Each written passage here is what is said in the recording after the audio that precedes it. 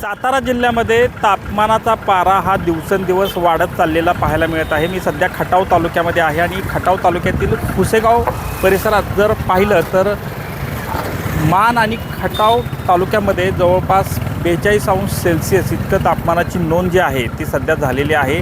आणि आता जर पाहिलं तर या पुसेगावच्या मुख्य चौकात सध्या वाहनांची ही वर्दळ पाहत आहात। मात्र या ठिकाणचा पारा वाढल्यामुळं काही प्रमाणात ही वर्दळ देखील कमी झालेली सध्या पाहायला मिळत आहे।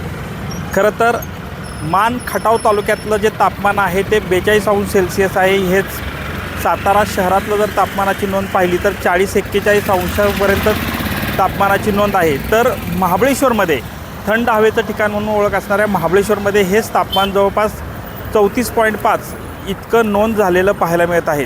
त्यामुळं जी या शहरातील रस्त्यालगतची थंड पेयाची दुकानं आहेत, या थंड पेयाच्या दुकानामध्ये नागरिकांची गर्दी वाढत असल्याचं एकूणच चित्र सध्या पाहायला मिळत आहे। त्यामुळं पूर्वेकडील मान खटाव तालुक्यामध्ये पाणी टंचाईची समस्या देखील जाणवत असल्याचं एकूणच चित्र पाहायला मिळत आहे। सध्या जिल्ह्यात 17हून अधिक गावांमध्ये टँकर देखील सुरू आहेत। त्यामुळं सध्या या भागात प्रशासनानं टँकरनं पाणी सुरू केलेलं आहे आणि या अनुषंगानं जर पाहिलं तर सध्या दिवसेंदिवस तापमानाचा पारा वाढल्यामुळं जिल्हा प्रशासनानं देखील कामाव्यतिरिक्त दुपारच्या सुमारास बाहेर पडू नका असं देखील आवाहन केलेलं पाहायला मिळतं आहे। कॅमेरामन आमिर शेखसह संतोष नलावडे, TV9 मराठी, सातारा।